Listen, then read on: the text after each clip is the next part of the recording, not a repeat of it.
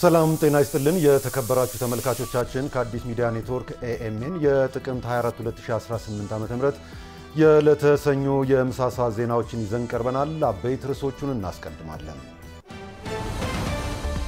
በዘንድሮ ዓመት ወደ 31500 ሰልጣኞችን በቀንና በማታ በዊኬንድ መርሃ ግብር ሰልጣኞችን ተቀብለን ለማሰልጠን ሙሉ ዝግጅት አጠናቆ ኮሌጆች በሙሉ የመቆረጫ ነጥብ ከፌደራል ወርዶ በዚህ ልክ እያበቃ ስራ እየፈጠረ ያለ ተቋም ስለሆነ የተፈታ እጅ ሰጥተን ስራ ለማስተሳሰር ዝግጁ ሆነን እየጠበቀን መሆኑን መግለጽ እወዳለሁ። በ2018 የትምህርት ዘመን ከ31000 በላይ ሰልጣኞች ተማሪዎችን ተቀብሎ በተለያዩ የሙያ ዘርፎች ለማሰልጠን መዘጋጀቱን የአዲስ አበባ ስራና ክህሎት ቢሮ አስታወቀ።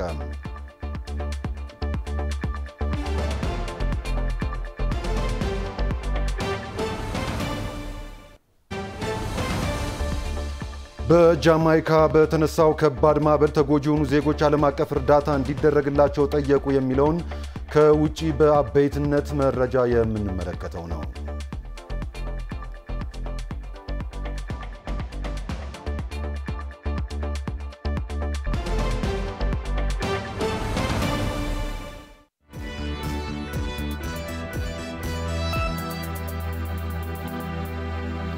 የተከበራችሁ ተመልካቾቻችን ከአዲስ ሚዲያ ኔትወርክ ኤኤምኤን የሰዓቱ ዜናችን ተጀምሯል።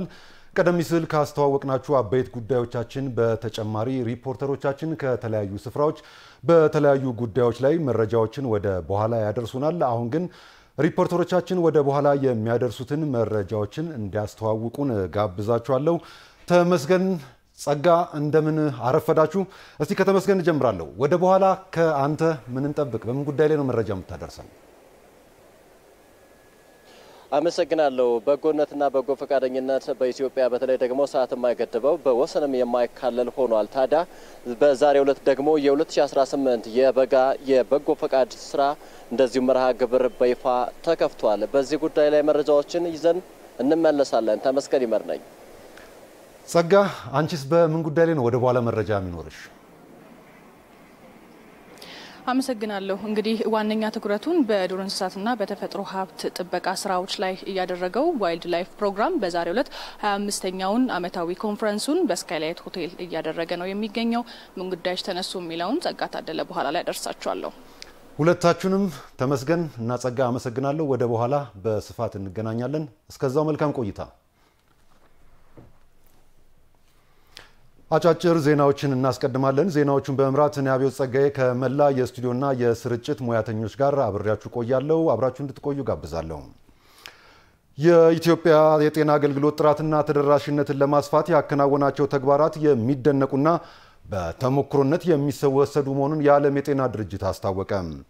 በዓለም የጤና ድርጅት በኢትዮጵያ በአፍሪካ ህብረትና የተባበሩት መንግስታት ድርጅት አፍሪካ ኢኮኖሚክ ኮሚሽን ተወካይ ፕሮፌሰር ፍራንሲስ ቺሳካ እንዳሉት ኢትዮጵያ የዜጎቿን የጤና አገልግሎት ጥራት ተደራሽነት ለማስፋት ያከናወነችው ተግባር የሚደነቅና በተሞክሮነት የሚወሰድ ነው። ፕሮፌሰር ፍራንሲስ ቺሳካ ለኢትዮጵያ ዜና አገልግሎት እንደተናገሩት ባለፉት ጥቂት ዓመታት ኢትዮጵያ በጤና ዘርፍ ትልቅ እመርታ አስመዝግባለች። በኢትዮጵያ ዜጎች ጥራት ያለው የጤና አገልግሎት እንዲያገኙ የመድኃኒትና የሕክምና ቁሳቁስ አቅርቦት ተደራሽ በማድረግ እንዲሁም በሀገር ውስጥ መድኃኒት በማምረት ላይ ስኬታማ ስራ እያከናወነች ትገኛለች ብለዋል። የዓለም የጤና ድርጅት ከኢትዮጵያ መንግስት ጋር በመተባበር ደህንነቱ የተረጋገጠ የጤና አገልግሎት ተደራሽ እንዲሆን የሚያደርገውን ድጋፍ አጠናክሮ እንደሚቀጥልም አረጋግጠዋል። ኢትዮጵያ በአፍሪካ የመድኃኒት ማምረቻ ማዕከል እንድትሆን እገዛ ማድረግ በሚቻልበት ሁኔታ ላይም እንገኛለን ብለዋል።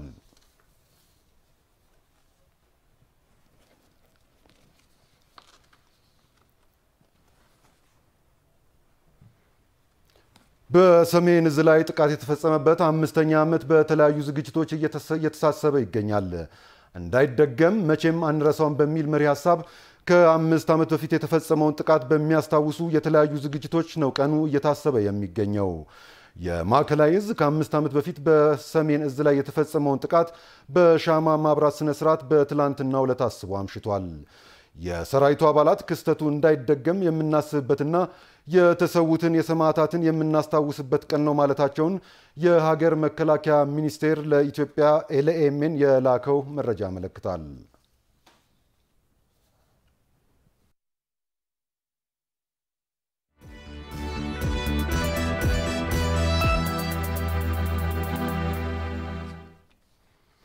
በዝርዝር ወደ ምንመለከታቸው መረጃዎቻችን እናልፋለን። ዘመናዊ የጦር ትጥቆችን አምርቶ በኢትዮጵያ ጀግንነት የሚዋጋው የሀገር መከላከያ ሰራዊትን በምንም አይነት መንገድ ማሸነፍ እንደማይቻል ጥቅምት 24 ሕያው ምስክር ነው ሲሉ የቀድሞ መከላከያ ሰራዊት አባላት ተናገሩ። ጥቅምት 24 ቀን 2013 ዓ.ም በሀገር መከላከያ ሰራዊት ላይ የተፈጸመው ጥቃትና የተገኘው ድል በኢትዮጵያዊነት መንፈስ የተመሰረተ ተቋም ሁልጊዜም አሸናፊ መሆኑን እንደሚያረጋግጥም አባላቱ ተናግረዋል። ካሳሁን አንዱ ዓለም ተጨማሪ አለው።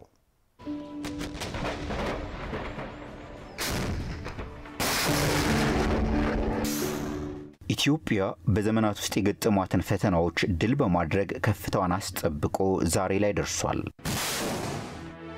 በተለያዩ ሀገራት የአሸናፊነት ምሳሌ የደማቅ ታሪክ ባለቤት ተደርጎም ይቆጠራል። የመጨረሻ ግብና ተልዕኮ የሀገርን ሉዓላዊነት በደም ዋጋ ማስከበር ነው። የኢትዮጵያ ሀገር መከላከያ ሰራዊት የኢትዮጵያ መከላከያ ሰራዊት ሀገር ነው። ሀገር የሁሉም ነው። ለዚህ ነው ሰራዊት የህዝብና የሀገር እንጂ የአንድ ፓርቲ የአንድ የሆነ ክፍል የሆነ አካል ንብረት አይደለም።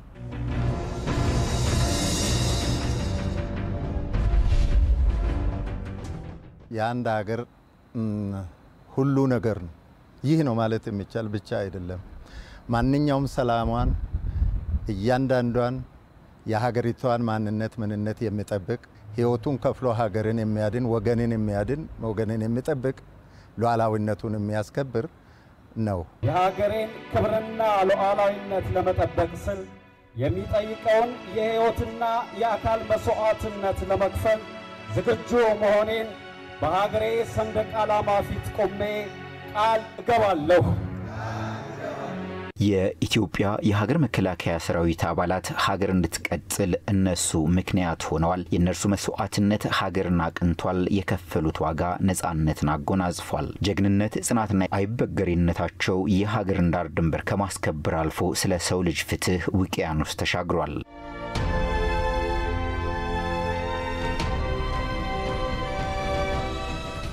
ይህንን የሀገር የመጨረሻ ምሽግ የሆነውን የሀገር መከላከያ ሰራዊትን ለመድፈር መሞከር ሀገርን እንደ ማፍረስ እንደሚቆጠር የቀድሞ ሰራዊት አባላት ይናገራሉ። የሀገር መከላከያን መምታት ማለት ወይም ደግሞ መጉዳት ማለት አገርን መጉዳት ነው። ይሄ ማለት ምንድነው? በቀጥታ የአንድ ጊዜ ሐሳብ ሳይሆን አገርን የመገንጠል አገርን የመብታተን መከላከያው መምታት ማለት አገር በሌላ ሰው እንድትወረር ማድረግ ማለት ነው።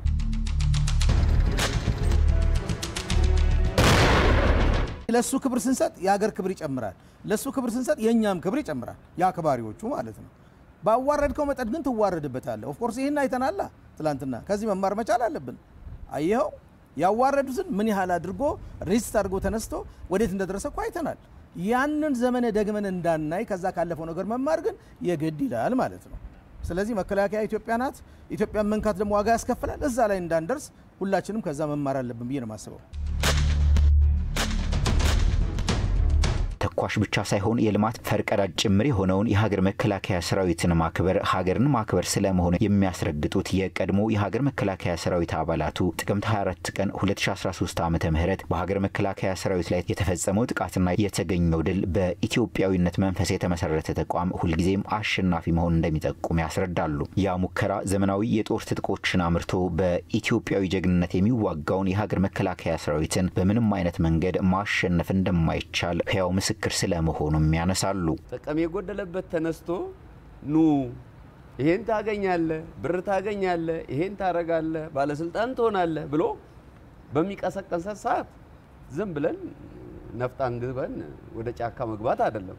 እንደገናም አንድ ራሱ አምርቶ ራሱ የሚዋጋን ሰራዊት 15 16 ጥይት ይዞ ወይም አንድ ካርታ ጥይት ይዞ አሸንፋለሁ ማለት አይደለም። እዛው ገበሬውን አጎቱን አክስቱን በድላለሁ ብሎ መውጣት አለበት። ይሄንንም መረዳት ይቻላል። ጥቅምት 4 አሳይቶን ያለፈው ያንን አይደለ? አንደኛው ሊያሸንፉ የቻሉበት ትልቁ ትጥቃቸው ልባቸው ነው፣ ጀግንነታቸው ነው። ልክ የቆሙበት ውሃ ልክ ነው። ኢትዮጵያ ውሃ ልክ ላይ ነው የነበሩት። ስለዚህ የኢትዮጵያን ውሃ ልክ ደግሞ ማንም ማፍረስ እንደማይችል አሳይተዋል። ልክ አየህ። ስለዚህ አሁንም የኢትዮጵያ ውሃ ልክ ላይ የቆመ ተቋም ማን ሊያፈርሰው ይችላል? መማር ብቻ ነው፣ አይን ከፍቶ ማየት ብቻ ነው። አየኸው፣ ተሞክሮ ነበር እኮ አልተቻለም። ስለዚህ አሁንስ ብንሞክረው ይቻላል ወይ ብሎ እኮ ቹዝ ነው፣ ምርጫውን መውሰድ ነው። የሀገር መከላከያ ሰራዊትን አሁናዊ ቁመናና የውጊያ ብቃት በቅርበት እንደሚከታተሉ የሚናገሩት የቀድሞ ወታደሮቹ የሰራዊቱ የቴክኖሎጂ የስልጠናና የጀግንነት ስነ ልቦና እየላቀ መምጣቱን ገልጸዋል።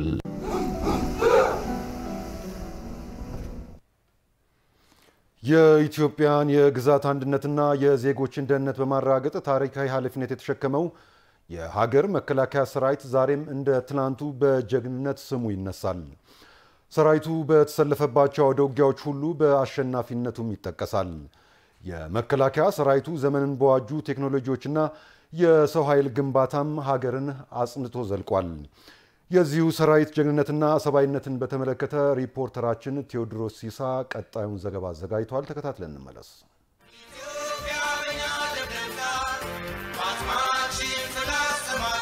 ሀገር ካሏት ትልቅ ምሰሶች አንዱ መከላከያ ሰራዊት ነው። ሰራዊቱ የኢትዮጵያን የግዛት አንድነትና የዜጎችን ደህንነት የማረጋገጥ ታሪካዊ ኃላፊነት የተሸከመ የሀገር ዋልታ ነው። መከላከያ ሰራዊት ሀገሪቱ በዘመናት ውስጥ በተደጋጋሚ የገጠማትን ጠላት ድል በማድረግ ከፍታዋን አስጠብቆ ዓመታትን ተሻግሯል።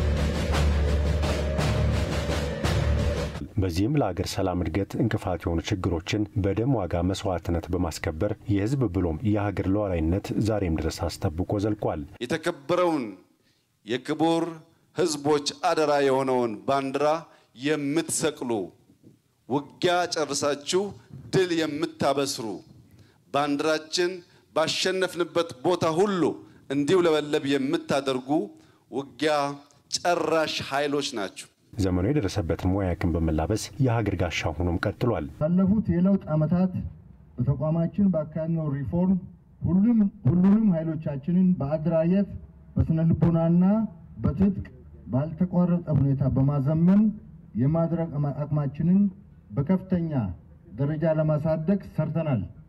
ትልቅ እምርታም አምጥተንበታል። የኢትዮጵያን እድገት በማይሹ ኃይሎች ተልኮ ሰጭነት የውስጥ አንድነትን ለመሸርሸር ከዚህም ሰራዊቱን የሚተነኩሱ ኃይሎችን ተልኮ በማክሸፍም ሰራዊቱ የሀገርን አንድነት አጽንቶ ልማትን እድገቷን እያስቀጠለም ይገኛል። አንድነታችንና የአቋም ጽናታችን ህያው ምልክት የምንወዳትን ኢትዮጵያ ሀገራችንን ክብርና ማንነት የሚጠብቅ የተከበረ ኃይል የሰላማችን የሉዓላዊነታችን ጠባቂና የሀገራችን ዕጣ ፈንታ የሚወስን ኃይል ነው። የትላንትን ያልሸነፍ ባይነት የአባቶችን ታሪክ ዛሬም በመርገም ሀገርን አጽንቶ እያስቀጠለ ስለመሆኑም ይነገርለታል። ሰራዊቱ የመከላከያ ሰራዊታችን በየትውልዱ የነጻነታችን የልብ ትርታና የጋራ ዕጣ ፈንታችን ጽኑ ጠባቂም ሆኖ መኖሩን በታሪክ ደጋግሞ አስመስክሯል። የሰራዊቱ ቁመና ታላቋን ሀገር መጥኖ እንዲዘልቅ በየጊዜው ዘመን በዋጀ መልኩ እየገነባም ይገኛል። በሰማይም በምድርም አስተማማኝ ኃይል እየገነባች ያለች ሀገርም አድርጓታል። በሜካናይዝድ አቅም በአየር ኃይል አቅም እየሆነ ያለው ለማመን ይከብዳል። አየር ኃይል በደርግ ጊዜ የዛሬ 40 ዓመት የወዳደቁ ዕቃዎች መልሶ ትጥቅ እያደረገ በኢትዮጵያ አየር ኃይል ታሪክ በማታ በሮ የመዋጋት አቅም አልነበረው። አሁን በቀንም በማታም የመዋጋት አቅም መገንባታቸው በማታ መብረራቸው ብቻ ደግሞ ሳይሆን ሌዘር ጋይድድ መሆናቸው በጣም ሞደርን ታርጌት ሚስ የማያደርጉ ጥይት የማያባክኑ የሆኑ መፈጠራቸው በጥቅሉ በጥገና በምርምር በልማት እየፈጠርን ያለናቸው አቅሞች በራስ አቅም የመመራመርና የማምረት አቅሙም በዚያው ልክ የሚነሳና የሚታይ እንደሆነ አመላካች ነው። በሰው ኃይል ግንባታውን ብሎም ዘመኑ የደረሰበትን ቴክኖሎጂ በመታጠቅ አቅሙን እያደራጀ ያለው መከላከያ ሰራዊቱ ከሀገር አልፎ ሌሎች የሚተርፍ ስራን እየሰራ ነው።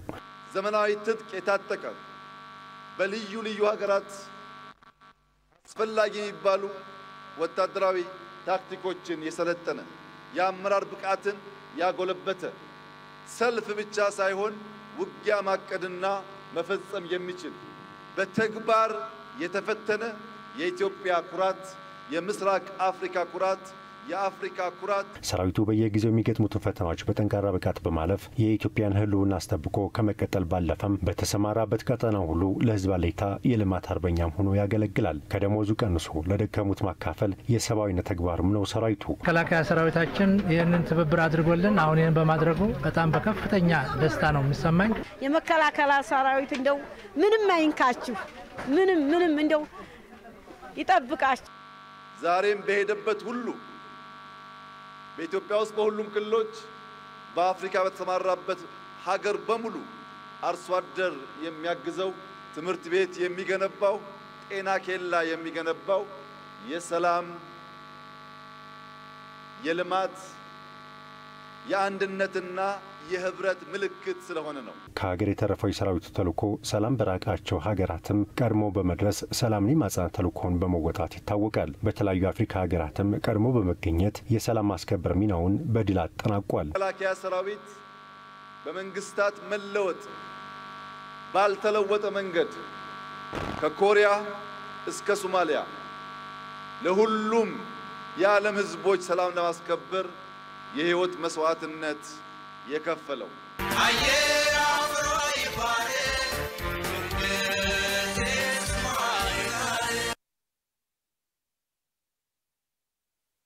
የኤርትራ ህዝብ አሁንም ወንድም ህዝብ ነው።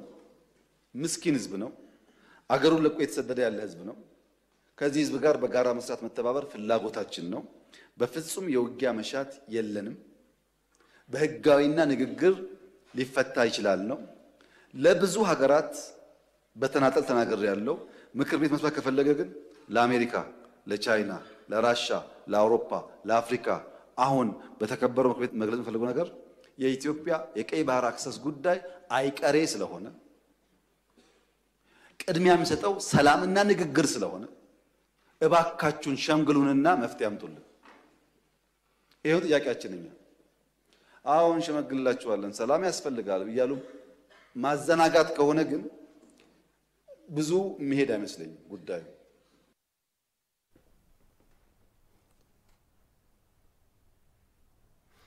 የተከበራችሁ ተመልካቾቻችን የምትከታተሉት ከአዲስ ሚዲያ ኔትወርክ ኤኤምኤን የሚተላለፈውን የዕለተ ሰኞ የምሳሳ ዜናችን ነው። አሁን በቀጥታ የምንሻገረው ከተለያዩ ስፍራዎች ሪፖርተሮቻችን በአበይት ጉዳዮች ላይ ወይንም ደግሞ በተለያዩ ጉዳዮች ላይ የሚያደርሱን መረጃን ወደ እናንተ ወደ ምናደርስበት የዜና ምዕራፋችን ነው። በአዲስ አበባ የበጎ ፍቃድ መርሃ ግብር በይፋ ተጀምሯል። በማስጀመሪያ መርሃ ግብሩ ላይ የተገኘው ሪፖርተራችን ተመስገን ይመር ተጨማሪ መረጃ ሊያደርሰን በቀጥታ መስመራችን ላይ ነው የሚገኘው። ከሱ ጋር ቆይታ እናደርጋለን። ተመስገን እንደምን አረፈርክ? ቀደም ሲል ተገናኝተናል። በዛሬው ዕለት እንግዲህ በመታደርሰን ጉዳይ ላይ መረጃዎችን ጠቆም አድርገን ነበር። እንደሚታወቀው የክረምት የበጎ ፈቃድም አለ በአዲስ አበባ ማለት ነው። የአቅመ ደካሞችን መኖሪያ ቤቶችን መገንባት፣ አቅመ ደካሞችን መደገፍ፣ በትምህርት ዘርፍ፣ በጤናው ዘርፍ፣ በመንገድና በትራፊክ ደህንነት ጉዳይ፣ በአካባቢ ጥበቃ በክረምት የሚሰሩ የበጎ ፈቃድ ስራዎች ናቸው። እስቲ በአሁኑ ደግሞ በበጋው የበጎ ፈቃድ አገልግሎት መርሃ ግብር በምን ትኩረት ላይ አድርጎ ነው የሚሰራው ስራው? ምን አበይት ጉዳዮችስ ተነሱ? አመሰግናለሁ አበዮች። እንደምንላችኋል ውድ ተመልካቾቻችን። በጎ ስራና ቅን ልቦና እንግዲህ የኢትዮጵያ መገለጫ ናቸው። ኢትዮጵያውያንም በተለይ እነዚህን ባህሎቻቸውንና እነዚህን ከአባቶቻቸው የወረሱትን የደግነትና የአብሮነት ተምሳሌት የሆኑ ትውፊቶቻቸውን ይዘው ዛሬም ድረስ ዘልቀዋል። ታዲያ ከዚህ ቀደም ሲደረጉ የነበሩ የበጎ ፈቃድ ስራዎች በተለይ ደግሞ በግለሰብ ደረጃ የሚከወኑ ከዚህ በተጨማሪ የተበታተኑ ነበሩ። ነገር ግን ባለፉት ዓመታት እንግዲህ በተለይ በተቋም ደረጃ የተዋቀሩ ከዚህ በተጨማሪ በጎነት በግለሰብ ደረጃ የሚገለጽ ብቻ ሳይሆን ወደ ተቋም ደረጃ እስከማደግ ደርሷል። ለዚህም እንግዲህ በርካታ ተቋማት የራሳቸውን አስተዋጽኦና ሚና ሲወጡ እንደዚሁ መመልከት የቻልንበትም ነው። በተለይ ባለፉት ዓመታት በተሰሩ ስራዎች እንግዲህ ለማንሳት እንደሞከርከው አብዮት በተለይ የበርካታ አቅመ ደካሞች ጎጆ ተቃንቷል፣ የበርካቶች እንባ ታብሷል። ይህን ደግሞ ማድረግ የቻሉት በጎ ልቦና ያላቸው ከዚህ በተጨማሪ ልቦናቸውን ከአቅማቸውና ገንዘብ ያለው በገንዘቡ አቅም ያለው ደግሞ በአቅሙ ትብብርን እንደዚሁም አብሮነትን ባጠናከረ መልኩ በተሰሩ ስራዎች ነው። ታዲያ በተለይ ከዚህ ቀደም እንግዲህ የሚሰሩ የበጎ ፈቃድ ስራዎች በወቅቶች ያልተከለሉ እንደዚሁም ደግሞ ወቅቶችን ማዕከል ያደረጉ ነበሩ። በተለይ ደግሞ ተማሪዎች ከትምህርት ቤት ሲመለሱ ክረምት ላይ እንግዲህ የትራፊክ እንቅስቃሴን መስራት ከዚህ በተጨማሪ የአቅመ ደካሞችን ቤት ማደስ እንደዚሁም ደግሞ ትምህርትን መስጠትና መሰል ስራዎችን ይሰሩ ነበር። ነገር ግን አሁን ላይ በክረምት የተገደበ ብቻ እንዲሆን አይጠበቅም። በበጋም እንደዚሁ በጎነትን ማስቀጠል አብሮነትን ማላቅና በተለይ ትብብርን ማሳደግ ይጠበቃል። ለዚህም እንግዲህ ዛሬ ላይ በተለይ የበጋው የበጎ ፈቃድ የማስጀመሪያ መርሃ ግብር እንደዚሁ ተከናውኗል። ታዲያ በዚህ መድረክ ላይ እንግዲህ በርካታ ሀሳቦች ሲንጸባረቁ ነበር። በተለይ ደግሞ ባለፉት ዓመታት የተገኙ ስኬቶች እንግዲህ ከግለሰብ ተሻግረው ተቋማትን የነኩ ተቋማቶችም እንደዚሁ በግለሰቦችን መርዳት እንደዚሁ በጎ አሻራቸውን ማሳረፍ ላይ የራሳቸውን ሚና የተወጡበት እንደነበር እንደዚሁ በስፋት ሲነገር ነበር። የአዲስ አበባ ከተማ አስተዳደር የህብረተሰብ ተሳትፎ እንደዚሁም የበጎ ፈቃድ ማስተባበሪያ ኮሚሽን ምክትል ኮሚሽነር እንግዲህ ተገኝተው ነበር። አስራት ንጉሴ ማለት ነው። እርሳቸውም እንግዲህ በርካታ ሀሳቦችን ሲያነሱ ነበር። በተለይ ደግሞ እንደ አዲስ አበባ እንግዲህ በርካታ ነገሮች ሲሰሩ ነበር። በተለይ የማዕድ ማጋራት ከዚህ በተጨማሪ አቅመ ደካሞችን ማገዝና ቤታቸው እንዲታደስ ማድረግ ተማሪዎች ትምህርት ቤት በሚገቡበት እንደዚህ በሚወጡበት ሰዓት ከትራፊክ አደጋ የጸዳ እንቅስቃሴና ክዋኔ ይኖራቸው ዘንድ ማድረግ እንደዚህ መሰል እንቅስቃሴዎች ሲሰሩ ነበር። እነዚህ እያንዳንዱ የበጎ ተግባር ስራዎች ደግሞ የሚጨበጥ ለውጥን ያመጡ ከዚህ በተጨማሪ አብሮነትና አንድነትን ያጠናከሩና በቀጣይ በትጋት እንድንሰራ እንደዚሁ እርሾና መነሻ የሚሆኑ ስለመሆናቸው እንደዚሁ ሀሳብን ሲያነሱ ነበር። በጎ ፈቃደኞች ማስተያየታቸውን እንደዚሁ አዲስ ሚዲያ ኔትወርክ ጠይቋቸው ነበር። እነሱም በጎነት የልቦና ጉዳይ ከዚህ በተጨማሪ ልቦናን ብቻ ሳይሆን ልቦናን ደግሞ ወደ ተግባር ማሰማራት በዛ ውስጥ ሌሎችን ማሰባሰብ በህብረትና በአብሮነት ደግሞ የበርካቶችን እንባ ማደስ እንደዚሁም ደግሞ ክፍተታቸውን መሙላት ነውና ባለፉት ጊዜያት ያደረግነው እያንዳንዱ እንቅስቃሴ ዛሬ ለሐሴት የሚያደርገን ሌሎች ደግሞ ትምህርት የሚቀምሩበትና ልምድ የሚወስድበት ስለመሆኑ እንደዚሁ ሀሳባቸውን ሰንዝረውልናል። በተለይ ደግሞ በርካቶች እንግዲህ ገንዘብ አላቸው ገንዘባቸው ከጊዜያቸው ከጉልበታቸው ጋር ማሰናሰልና ማገናኘት በዛ ውስጥ ደግሞ አቅመ ደካሞችን ማገዝና ትክክለኛ የህይወት መስመር ውስጥ እንዲገቡ ማስቻል ላይ የተሰሩ ስራዎች ተጠናክረው መቀጠል እንዳለባቸው እንደዚሁ ሀሳባቸውን ሲሰነዝሩልኝ ነበር። በተለይ ከዚህ ቀደም የነበረው ልምድ አሁን ላይ እንደተቀየረ ከዚህ በተጨማሪ በጎነትና አብሮነት ልምድ እንደዚሁም ደግሞ በደንብ ባህል እየሆነ ስለመምጣቱ እንደዚሁ ሀሳባቸውን ሰንዝረውልኛል። በክረምት የተገደበው አሁን በበጋ መምጣቱ ደግሞ በበጋ የሚሰሩ በርካታ ስራዎች አሉ። በተለይ የትራፊክ እንቅስቃሴ በርካታ ተማሪዎች ከትምህርት ቤት ጋር ይገናኛሉ። እንደዚሁ በርካታ ቤቶች ይታደሳሉ። በርካታ የሚሰሩ ጉዳዮች አሉና እነዛን ጉዳዮች ደግሞ በአብሮነት በአንድነት በቀና ልቦና በበጋው መርሃ ግብር መከወን ይጠበቅብናል ብለዋል። እንግዲህ ትኩረት የሚያደርጉባቸውን ዘርፎች እንደዚሁ ሲናገሩ ነበር። ለማንሳት እንደሞከርኩት እንግዲህ በአዲስ አበባ በርካታ ጉዳዮች ይከወናሉ። በተለይ የአቅመ ደካሞችን እንባ እንደዚሁም ደግሞ ቤታቸውን ማስተካከል በማህበራዊ ህይወታቸው የተቃና እንደሆኑ ማስቻል ከዚህ በተጨማሪ ደግሞ ገቢ አነስተኛ ገቢ እንደዚሁም ደግሞ ዝቅተኛ ገቢ ያላቸውን መደጎምና መርዳት በዛም ውስጥ ተማሪዎች እንዲማሩ ከዚህ በተጨማሪ እናቶች እፎይታ እንዳገኙ ማስቻል እንደዚሁ ይሰራል ብለዋል። በመሰረተ ልማቶች ጥበቃ እንደዚሁም ደግሞ ቆሻሻን በማጽዳትና መሰል የንቅናቄና የግንዛቤን ስራ ማሳደግም እንደዚሁ በቀጣይ ትኩረት የሚደረግበት ነው። የትራፊክ እንደዚሁ ጉዳይ አይዘነጋም። በተለይ አሁን ላይ በበጎ ፈቃድ ስራዎች ከዚህ በተጨማሪ በኮሪደር ልማት የትራፊክ አደጋ እየቀነሰ መጥቷል። ፍጹም ለማጥፋት ደግሞ በተለይ በጎ ፈቃደኞች አሁንም በበጋው መርሃ ግብር የራሳቸውን አሻራና ሚና አጠናክረው እንደሚቀጥሉ እንደዚሁ ሀሳብ የገለጹበት ነው። እንግዲህ በዚህ ሁኔታ አጠቃላይ መድረኩ እነዚህ ጉዳዮች ተነስተውበታል። የቀሩ ጉዳዮችን ደግሞ በምሽት የዜና ወጃችን ወደ ተመልካቾች የምንደርስ ይሆናል። ተመስገን እንግዲህ ቀደም ሲል እንደጠቀስክልን በዝርዝር የበጎ ፈቃድ መርሃ ግብር አገልግሎት በይፋ ተጀምሯል። በክረምት የበጎ ፈቃድ አገልግሎት በርካታ ስራዎች እንደተሰሩ ነው ሪፖርትም የተደረገው። ባለፉት ጊዜያቶችም ስንዘግባቸው የነበረው እንግዲህ ቀደም ሲል ጠቆም እንዳደረከን እንግዲህ ከዚህ በፊት የነበሩ የበጎ ፈቃድ አገልግሎት ስራዎች ወቅት ላይ የተመሰረቱ ብቻ ነበሩ። በአብዛኛው ይሰሩ የነበሩት በክረምት በጎ ፈቃድ አገልግሎት ላይ ብቻ ነበረ።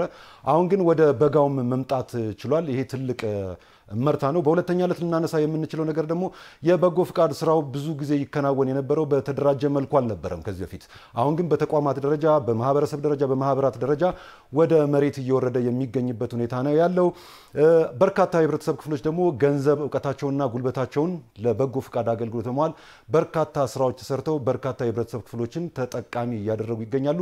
እንግዲህ ቀጣይ መረጃዎች ካሉ ደግሞ በምሽት የዜና ወጃ ይዘህልን ትመለሳለህ። ለአሁኑ ላደረስከን መረጃ እናመሰግናለን ተመስገን።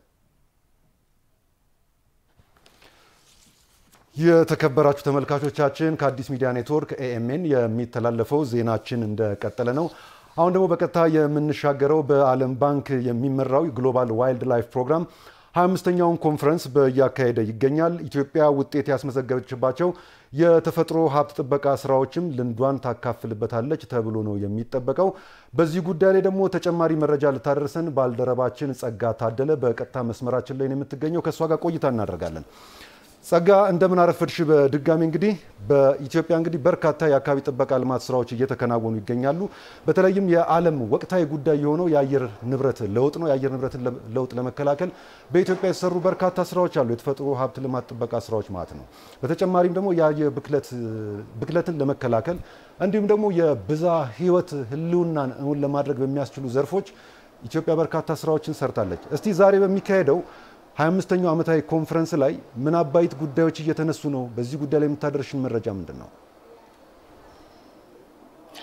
አመሰግናለሁ በድጋሚ አብዮት። እንግዲህ በዛሬው ዕለት ቀደም ሲልም እንደጠቀስኩት በኢትዮጵያ ዱር እንስሳት ጥበቃ ባለስልጣን፣ በቱሪዝም ሚኒስቴር እንዲሁም በኢትዮጵያ ባዮዳይቨርሲቲ ኢንስቲትዩት አዘጋጅነት የግሎባል ዋይልድ ላይፍ ፕሮግራም 25ኛው ዓመታዊ ኮንፈረንስ ነው በስካይላይት ሆቴል እየተከናወነ የሚገኘው።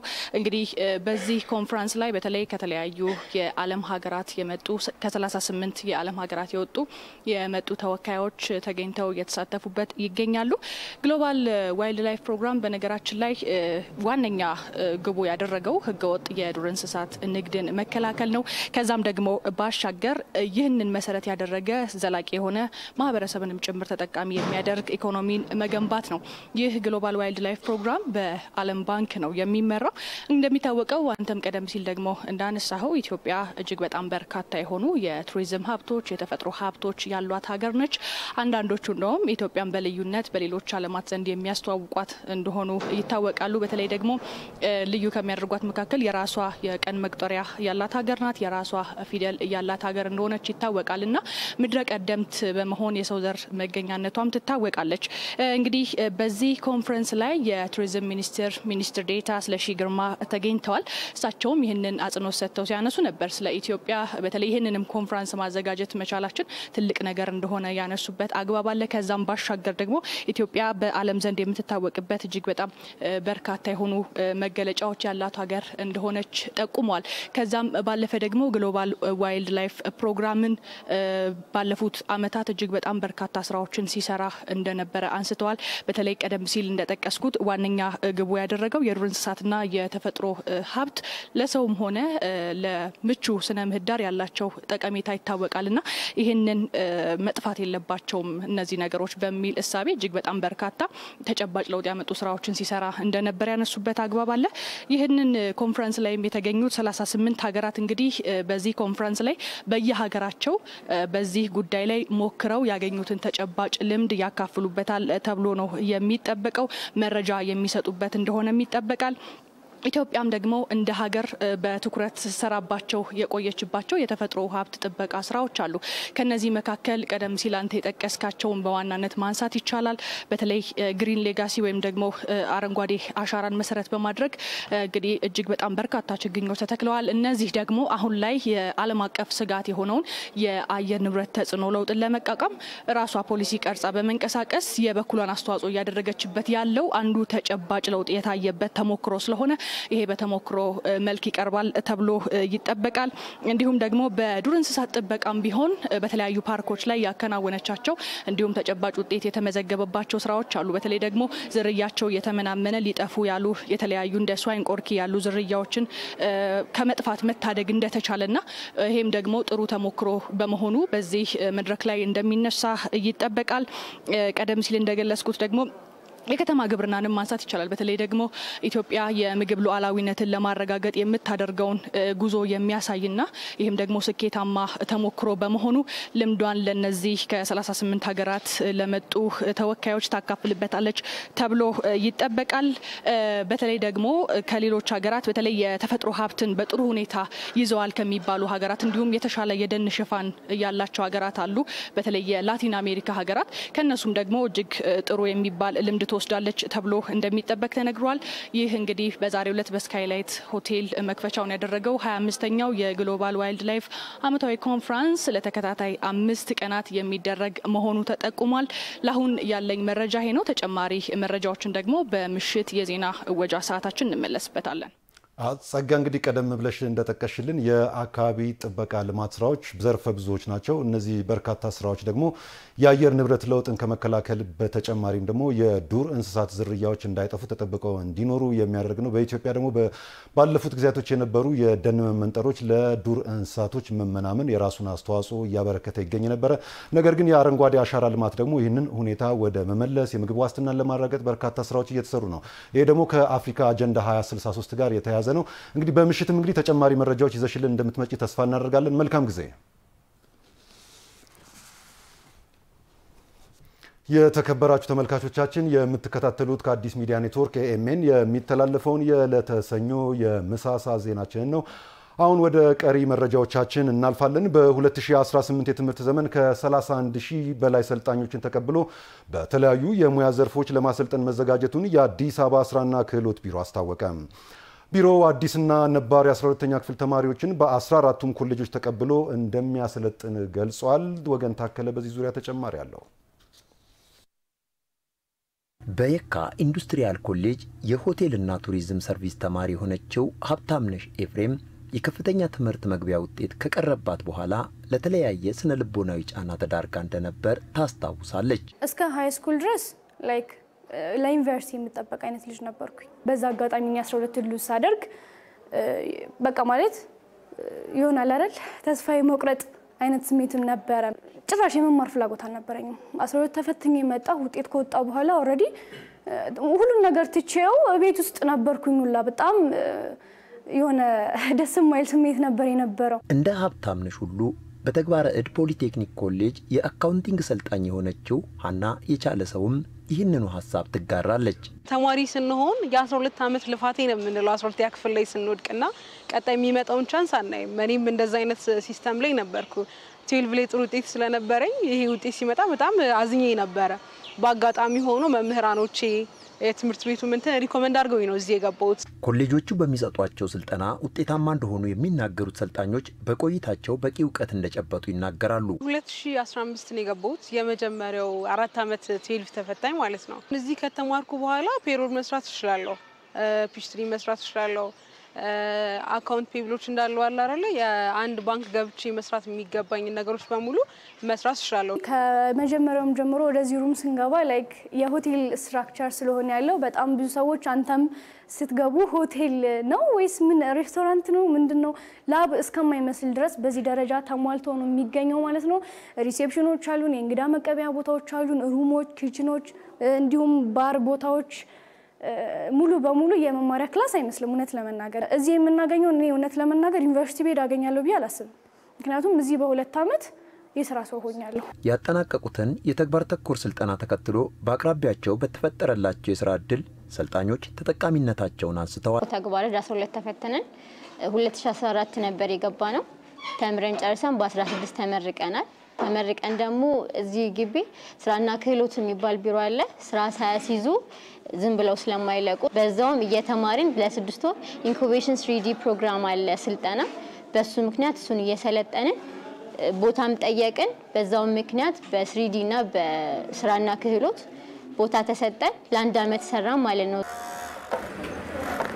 ስልጠናው 30 በመቶ የንድፈ ሐሳብና 70 በመቶውን የተግባር ልምምድ ላይ የተመረኮዘ እንደሆነ የሚናገሩት የኮሌጆቹ መምህራን ሰልጣኞች ለኢንዱስትሪው በቂ እውቀት እንዲጨብጡ እድል የፈጠረ ነው ብለዋል። ቲዮሪ ምን ሰጠው ሌላ ክላስ አለ ራሱን የቻለ ፕራክቲካል ደግሞ እዚህ መተው ይሄ ብቻ አይደለም ሾፓችን ሌላ ሾፖችም አሉ እዛ ላይ ሄደው ፕራክቲካል ይሰለጥናሉ ማለት ነው። ከሌቭል 1 እስከ 4 የሚያካትቱትን ኮርሶች ጨርሰው አንድ መካኒክ መያዝ ያለበትን ነገር ይዘው ነው የሚወጡት። በደረጃ 4 የሚመረቅ ሰልጣኝ እስከ 4 ዓመት እስከ 3 ዓመት ጊዜው የሚሄድበት አጋጣሚዎች ነበር። በተለይ ደግሞ አሁን ከሪፎርሙ በኋላ በደረጃ 4 የሚመረቅ ሰልጣኝ ሚኒማም 2 ዓመት ነው ማለት ነው። ያ ራሱ ከኮኦፐሬቲቭ ትሬኒንግ ሰዓቶች ጋር ተደማምሮ ነው ማለት ነው። በዚህ አጭር ጊዜ ውስጥ እንደ አንድ ተማሪም ብቻ ሳይሆን እንደ አንድ ሰራተኛም በጣም እውቀት አግኝቼበታለሁ። የተለያየ ቦታ ገብቼ የመስራት አቅም አለኝ ብዬ በራሴ 100% እርግጠኛ እስከመሆን ድረስ ማለት ነው። እኔም ዩኒቨርሲቲ ውስጥ ማራ ነበር ግራጁዌት አድርጌያለሁ። ግን ሞር ስኪሉ እንዲኖረኝ እንዳዳብረው ያደረገኝ ነገር እዚህ ቴክኒክና ሙያ ውስጥ ያገኘሁት እንትን ነው ስልጠናዎች ናቸው። ዓለም ከበለጸገችባቸው ሚስጥራት መካከል ፈጠራና ቴክኖሎጂ ሰፊውን ድርሻ ይወስዳሉ። በኢትዮጵያም እስከ ቅርብ ጊዜ ድረስ ለዩኒቨርሲቲዎች እንጂ የተግባር ተኮር ስልጠና ለሚሰለጠንባቸው ኮሌጆች የሚሰጠው ግምት አናሳ በመሆኑ ተማሪዎች ኮሌጆችን ለመቀላቀል ሲቸገሩ ይታያል። የአዲስ አበባ ከተማ የሥራና ክህሎት ቢሮ በ2018 የትምህርት ዘመን ከ31 ሺህ በላይ ሰልጣኞችን በኮሌጆች ተቀብሎ ለማስተማር መዘጋጀቱን በቢሮው የውጤት ተኮር ተቋማት ስልጠና ዘርፍ ኃላፊ ወይዘሮ ዳግማዊት ግርማ ተናግረዋል። በዘንድሮ ዓመት ለመቀበል ያሰብነው ወደ 31500 ሰልጣኞችን በቀንና በማታ በዊኬንድ መርሃ ግብር ሰልጣኞችን ተቀብለን ለማሰልጠን ሙሉ ዝግጅት አጠናቆ ኮሌጆች በሙሉ የመቆረጫ ነጥብ ከፌደራል ወርዶ በዚህ ልክ እያበቃ ስራ እየፈጠረ ያለ ተቋም ስለሆነ የተፈታ እጅ ሰጥተን ስራ ለማስተሳሰር ዝግጁ ሆነን እየጠበቀን መሆኑን መግለጽ እወዳለሁ። ትምህርት ቤቶች ከሃይማኖትና ፖለቲካ አጀንዳዎች የጸዱ ሰላማዊ መማር ማስተማር የሚካሄድባቸው ስፍራዎች መሆን እንዳለባቸው የአዲስ አበባ ከተማ ፖሊስ ጠቅላይ መምሪያ ጠቅላይ አዛዥ ኮሚሽነር ጌቱ አርጋው ገለጹ። በአዲስ አበባ ከተማ የሚገኙ የመንግስት ትምህርት ቤቶች የመማር ማስተማር ሂደት ሰላማዊና ውጤታማ ማድረግን ታሳቢ ያደረገ የውይይት መድረክ ተካሂዷል። መድረኩን የተከታተለው ባልደረባችን ሀብታሙ ሙለታ ነው።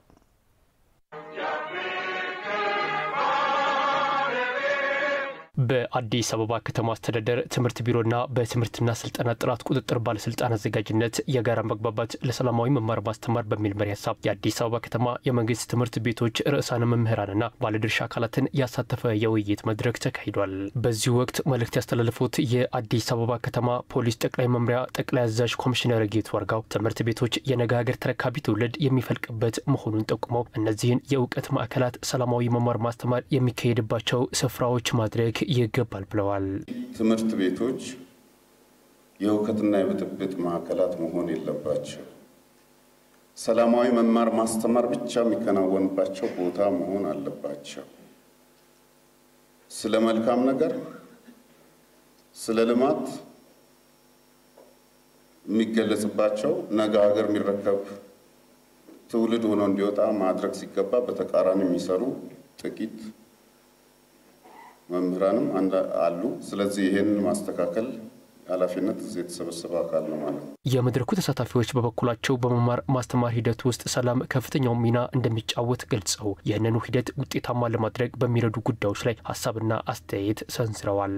ሰላም ከሌለ ምንም እንደሌለ፣ ሰላም ከሌለ መማር ማስተማር አይደለም አንድ እርምጃ መራመድ እንደማንችል ሁሉ ያው ለሰላም የምንሰጠው ትኩረት ትልቅ ቦታ ይይዛል ማለት ነው። ሌሎችን ተማሪ ይዘው አደባባይ ላይ ይቆያሉ። የትምህርት ሰዓት ሲያልፍ በዛው ወደ ሌላ ቦታ ይዟቸው ይሄዳሉ። እዚህ ላይ ፖሊስም የደንብ ጽሕፈት ቤትም በጋራ ሆኖ ቢያግዘን። እናንተ አመራሩ ተማሪዎችን ፕሮቴክት የሚያደርግ ነው ማለት ነው። ይሄ ኃላፊነት ነው ያለባችሁ ፕሮቴክት የማድረግ። ስለዚህ ቅድም እንደተባለው ትምህርት ቤት ውስጥ የሚፈጸመው ድርጊት የተማሪው አይደለም። ተማሪውማ ክሪቲካሊ አስቦ የመወሰን ግራጁዌሽን ላይ አልደረሰም። ስለዚህ የማን ነው? የመሪው ነው የሚሆነው። በተጨማሪም የመማር ማስተማር ሂደቱ ላይ ተግዳሮት የሆኑና ለተለያዩ ወንጀሎች መፈጸም ምክንያት የሆኑ ጉዳዮች እየተነሱ ሲሆን መወሰድ ስለሚኖርባቸው እርምጃዎች ተጨማሪ ማብራሪያዎች ተሰጥተዋል። ተማሪ መውጫ ላይ፣ ተማሪ መግቢያ ላይ ለተማሪዎች የተለያዩ ነገር የሚሰጠዋሉ።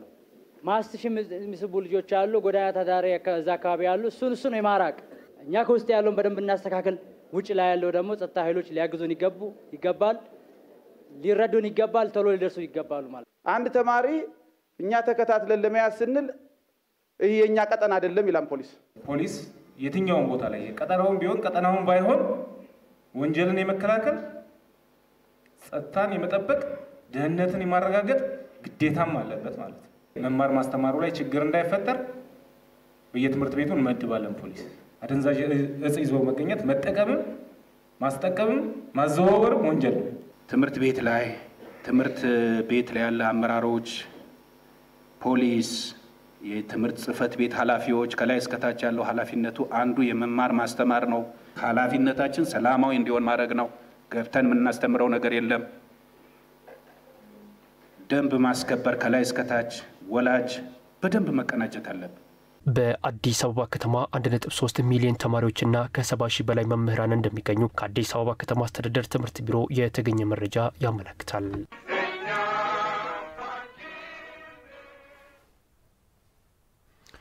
አዲስ አበባ ከተማ ከዓመት ፈጣን እድገት እያስመዘገበች እንደምትገኝ ነፃ ሕክምና አገልግሎት ለመስጠት ከስዊድን ወደ አዲስ አበባ የመጣው የኢኤንቲ ፕላስ የበጎ አድራጎት ድርጅት ልኡካን ቡድን አባላት ገለጹ። የልኡካን ቡድኑ አባላት በኮሪደርና በወንዝ ዳርቻ ልማት የተዋቡ የከተማዋን አካባቢዎች ጎብኝተዋል። ሁነቱን የተከታተለው ባልደረባችን አሰግድ ኪዳነ ማርያም ነው። አብረን እንከታተል። በየጊዜው በርካቶች ለተለያየ ጉዳይ የሚመጡባት አዲስ አበባ እንግዶቿ ስኬታማና የማይረሳ ጊዜ አሳልፈው እንዲመለሱ ዘርፈ ብዙ የልማት ተግባራትን እያከናወነች ትገኛለች። ከተማዋን ውብና አረንጓዴ ማድረግ፣ የቱሪስት መዳረሻዎችን ማስፋትና ቀልጣፋ አገልግሎት ለእንግዶቿ ማቅረብም ከተማዋ ትኩረት ከሰጠቻቸው ጉዳዮች መካከል ይጠቀሳሉ። በየካቲት 12 ሆስፒታል ከአንገት በላይ በተለይ ደግሞ የጆሮ ሕክምና በነፃ ለመስጠት ከስዊድን ወደ አዲስ አበባ የመጣው ኢኤንቲ ፕላስ የበጎ አድራጎት ድርጅት ልኡካን ቡድን ከመጣበት ተልእኮ ጎን ለጎን በከተማዋ የተከናወነ ያለውን የልማት ስራ ጎብኝቷል። በኮሪደርና በወንዝ ዳርቻ ልማት የተከናወኑ ተግባራትን የጎበኙት ልኡካን ቡድኑ ከተማዋ ከዓመት ዓመት ፈጣን እድገት እያስመዘገበች እንደምትገኝም ተናግረዋል። በጣም ጥሩ ከተማ ሆና ነው ያገኘኋት። ህዝቡም በጣም ጥሩ ነው። አስደናቂ ህንጻዎችን ተመልክቻለሁ። ከባልደረቦች ጋር በመሆን ሆስፒታል ውስጥ ለምንሰራው ስራ ከ2018 ዓመተ ምህረት ወዲህ በተለያየ ጊዜ ወደ አዲስ አበባ መጥቻለሁ። እናም ከተማዋ በየጊዜው ለውጦችን እያስመዘገበች ነው። ከባለፈው ዓመት ጋር ሳነጻጽር እንኳ ትልቅ ለውጥ አይቻለሁ። በርካታ አዳዲስ ህንጻዎችንም ተመልክቻለሁ።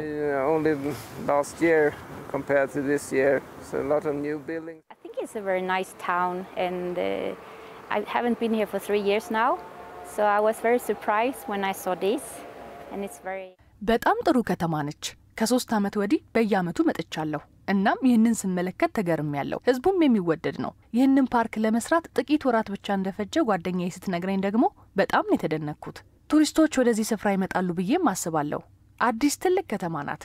እዚህ ደግሞ ብዙ ነገር እየተሰራ ነው። ስለዚህ ኑና ከተማዋን ተመልከቱ ላለው just come here see meet the people ለ40 ዓመታት ያህል በውጭ ሀገራት መኖራቸውን የሚናገሩት ትውልደ ኢትዮጵያዊ የልኡካን ቡድኑ መሪ ዶክተር ዘውዱ መላኩ ከተማ አስተዳደሩ ከተማዋን ምቹ ለማድረግና ጎብኚዎችን ለመሳብ የሰራው ስራ የሚታይ ነው ብለዋል። እዚህ ተወልጄ ያደኩ ነኝ። ከ40 ዓመት በፊት ነው አዲስ አበባን ጥዬ ወጣሁት እና አዲስ አበባ ከ40 ዓመት በፊት የነበራትን ገጽታና አሁን ያለን ብትጠይቀኝ የምኖርበትንም ሰፈር ላውቅ አልችልም የት እንደሚኖር እና ብዙ ነገሮች ለውጣሉ፣ ብዙ ተለውጠዋል። እንደው መግለጽ ካለብኝ በእውነቱ የኢንፍራስትራክቸሩ፣ የቱሪስት አትራክሽኑ፣ የከተማ አስተዳደሩ የሚሰራው ቱሪስቶችን አትራክት ለማድረግ በኢንፍራስትራክቸር እንትን ላይ ብዙ ለውጦች ተደርገዋል። የሚታዩ ናቸው። የውጭ ሀገራት ዜጎችም ይሁኑ ትውልደ ኢትዮጵያውያን ወደ ከተማዋ ሲመጡ የተሰሩ የልማት ስራዎችን ማስጎብኘት የከተማዋን ለውጥ በውጭ ሀገራት ለሚኖሩ ዜጎች የማስተዋወቅና ቱሪስቶችን የመሳብ አቅሙ ከፍተኛ መሆኑን የገለጹት ደግሞ የልማት ስራውን ለልኡካን ቡድኑ ያስጎበኙት የኢትዮጵያ ዲያስፖራ ማህበር ምክትል ፕሬዝዳንት ደመቀ ነጋሳ ናቸው።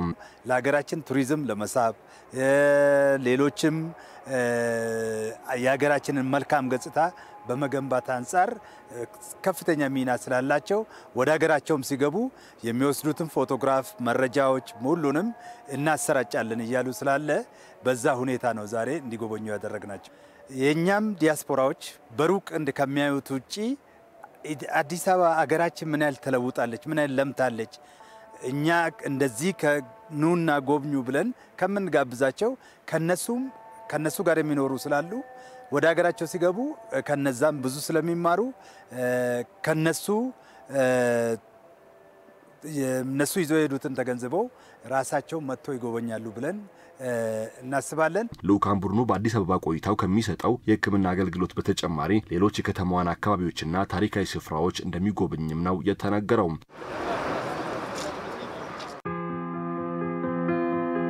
አሁንም ዋነኛ ትኩረታችን የመጀመሪያው ሰላማችን ቀጣይ እንዲሆን ማድረግ ነው። እዚህ ከተማ ላይ ከደረቅ ወንጀል ጀምሮ ህግና ደንብን አለማክበር፣ ስርዓትን አለማክበር የሚያስቀጣ የሚያስጠይቅ መሆኑን በደንብ በሚያሳምን መንገድ ህዝባችንን አክብረን ህዝባችንን አሳትፈን የጸጥታ ኃይሉን አቀናይተን ቀጣይ ሰላምን የማጽናት ስራችን ሁል ጊዜ የማይነቃነቅ መሆኑን ማስረጥ መቻል አለብን። የህግ የበላይነትን ማስከበር ላይ ትኩረት ማድረግ ይገባል።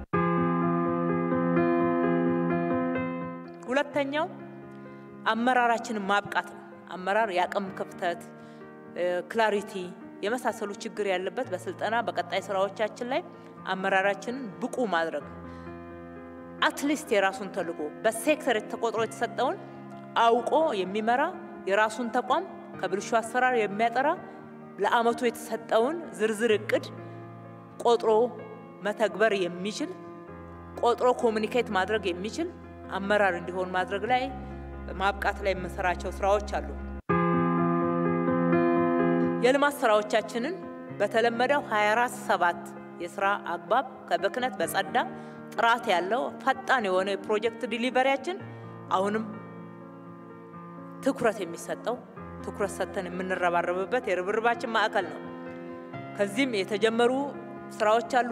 የቤት ግንባታ በመቶ ሺዎች በግልና በመንግስት አጋርነት በመንግስት በጀት ብቻ የጀመርናቸው አቅርቦቱን ለመጨመር ደግሞ ፕራይቬቱ የጀመረውን ጭምር ሪል ስቴቶች የጀመሩትን ጭምር በማህበር የተጀመሩትን በግል የተጀመሩትን ጭምር እንደግፋለን ማለት ነው። የተከበራችሁ ተመልካቾቻችን ከአዲስ ሚዲያ ኔትወርክ ኤኤምኤን በዚህ ሰዓት በቀጥታ በሳተላይት የሚተላለፈውን ዜናችንን በማህበራዊ የትስስር ገጾቻችን መከታተል እንደምትችሉ እየጠቆምን ወደ ቀሪ መረጃዎቻችን እናልፋለን። የቅዳሜና እሁድ ገበያዎች የነዋሪውን የኑሮ ጫና እያቃለሉ መሆኑ ተገለጸ። የግብይት አማራጮቹ ሸማቹ በተመጣጣኝ ዋጋ የፈለገውን ምርት የሚያገኝባቸው ከመሆናቸውም ባለፈ ለነጋዴው አማራጭ ገበያዎችን የፈጠሩ ስለመሆናቸውም ተመላክቷል። ሪፖርተራችን የሽዋስዋለ ዓለም ባንክ አካባቢ የሚገኘውን የሰንበት ገበያ ቅኝት አድርጓል።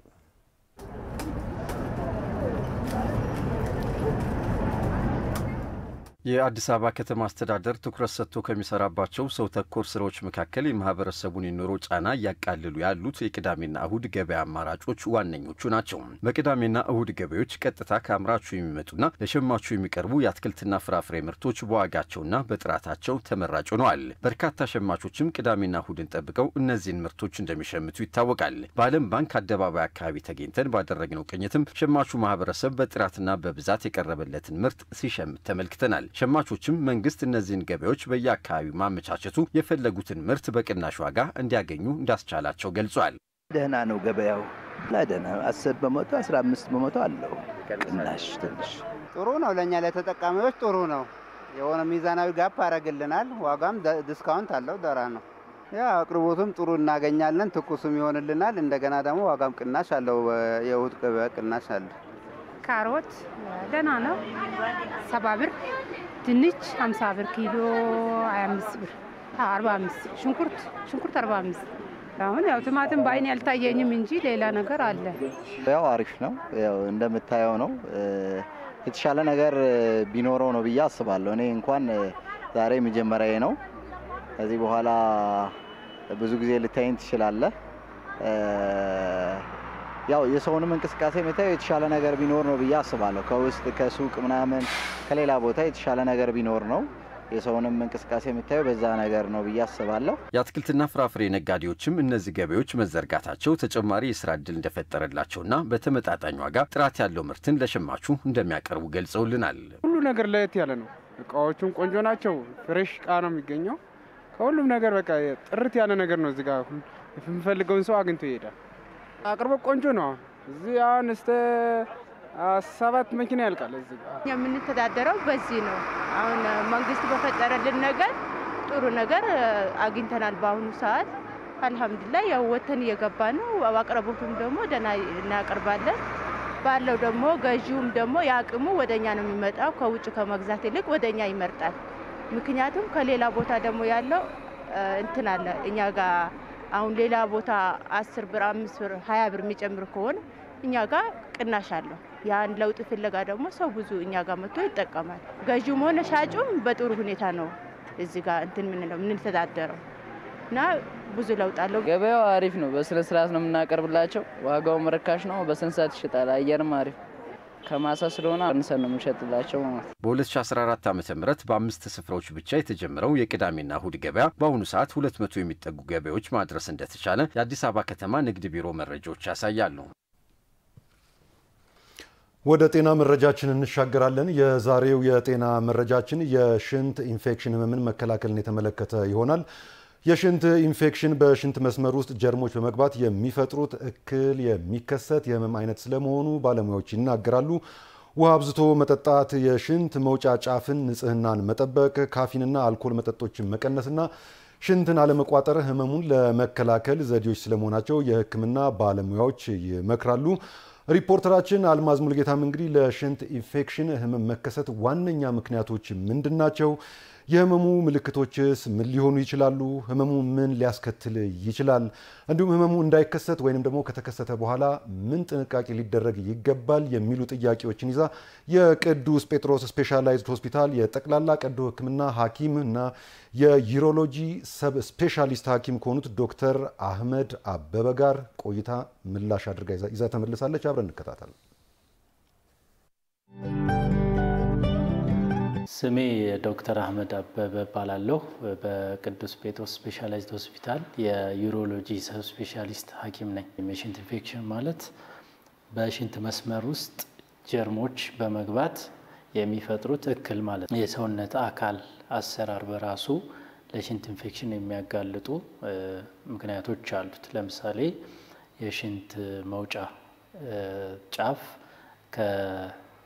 ሰገራ መውጫ ጫፍ ቅርብ መሆኑ የተለያዩ ባክቴሪያዎች በቀላሉ የሽንት መውጫ ሊገቡ ይችላሉ ማለት ነው። በተለይ የሴቶች ከሽንት ፊኛ እስከ ሽንት መውጫ ያለው አጭር ከመሆኑ አንፃር ባክቴሪያዎች በቀላሉ ወደ ሽንት ፊኛ ሊወጡ ይችላሉ። ይሄ አንዱ የተጋላጭነት መንስኤ ነው። ሁለተኛ እድሜ ነው። እድሜ ህፃናትና እድሜያቸው የገፉ ትላልቅ ሰዎች የሰውነታቸው የመከላከል አቅም የህፃናቶቹ ገና ያልዳበረ የትላልቆቹ ደግሞ የደከመ በመሆኑ በቀላሉ ለሽንት ኢንፌክሽን ይጋለጣሉ ማለት ነው። ሌላው ለሽንት ኢንፌክሽን የሚያጋልጡ ነገሮች የሽንት መስመር ላይ የተፈጠረ ሌላ ህመም መዘጋት ሊሆን ይችላል። በጠጠር ወይም በስትሪክቸር የምንለው አለ፣ ወይም ወንዶች ላይ የፕሮስቴት እብጠት ካለ የሽንት መስመር መዘጋት ይኖራል። ይህ ለባክቴሪያዎቹ ምቹ የሆነና ባክቴሪያዎች በቀላሉ ሊዛመቱ ሊራቡ ይችላሉ። ኩላሊት ጠጠር ወይም የሽንት መስመር ሽንት ቱቦዎች ላይ ጠጠር ካለ አብሮ ባክቴሪያ የመቀመጥና ኢንፌክሽን የመፍጠር እድል አለው። የመጀመሪያው የሽንት ኢንፌክሽን ለመከላከል የሚጠቅመን ዘዴ ብዙ ውሃ መጠጣት ነው። በእኛ ሀገር አጠቃቀም 6 እስከ 8 ብርጭቆ ውሃ በ24 ሰዓት ውስጥ ወይም ደግሞ በሊትር እንመዝነው ካን ከ2 ሊትር በላይ አንድ ወጣት ወይም ትልቅ ሰው እንዲጠቀም እንመክራለን ማለት ነው። ሁለተኛ የሽንት መውጫ ጫፍ ላይ እርጥበትና ሙቀት ካለ ባክቴሪያዎች በቀላሉ መራባትና ወደ ሽንት ቱቦ የመግባት እድል አላቸው። ያን አካባቢ ከእርጥበትና ከሙቀት መቀነስ ያስፈልጋል። ከተጸዳዳን በኋላ በተለይ ለሴቶች መታጠብም ቢሆን በሶፍት ማጽዳትም ቢሆን ከሰገራ አቅጣጫ ወደ ሽንት ቱቦ አቅጣጫ ሳይሆን ወደ ኋላ እንዲያጸዱ ይመከራል። ካፌን የበዛባቸውን መጠጦች ብዙ ጊዜ የምንጠቀም ከሆነ የሽንት ፊኛ መቆጣት ስለሚፈጠር በቀላሉ ባክቴሪያዎችን የመያዝ አቅም ሊኖረው ይችላል። እንደዚሁም አልኮል መጠጣት፣ ያለባበስ ሁኔታ ሽንት መውጫ አካባቢ እርጥበትና ሙቀት እንዳይኖር ኮተን ወይም ከጥጥ የተሰሩ የውስጥ ልብሶችን መጠቀም የተሻለ ነው። እንደዚሁም ደግሞ ሰፊ ሽንት አወጋገድ ስነ ምግባር ነው። አንድ ሰው ሽንት የመምጣት ስሜት ካለው የሚመከረው ወዲያው እንዲሸና ነው። ይህም ሽንቱ በሚቆይበት ሰዓት ሊፈጥር የሚችለውን ባክቴሪያዎችን የማከማቸት ነገር ለማስወገድ ይጠቅማል። ከዛም ባለፈ ሽንት በሚሸናበት ጊዜ መስመር ላይ የነበሩ ባክቴሪያዎችን ጠርጎ የማውጣት እድል ስላለው ማንኛውም ሰው ሽንት በሚወጣበት ጊዜ ወዲያው እንዲሸና ይመከራል። ፕላስ ሙሉ እንዲሸና ሕክምና በሚደረግበት ጊዜ ብዙ ጊዜ ሽንት ኢንፌክሽን እየተባለ የተለያዩ መድኃኒቶች ይወስዳሉ።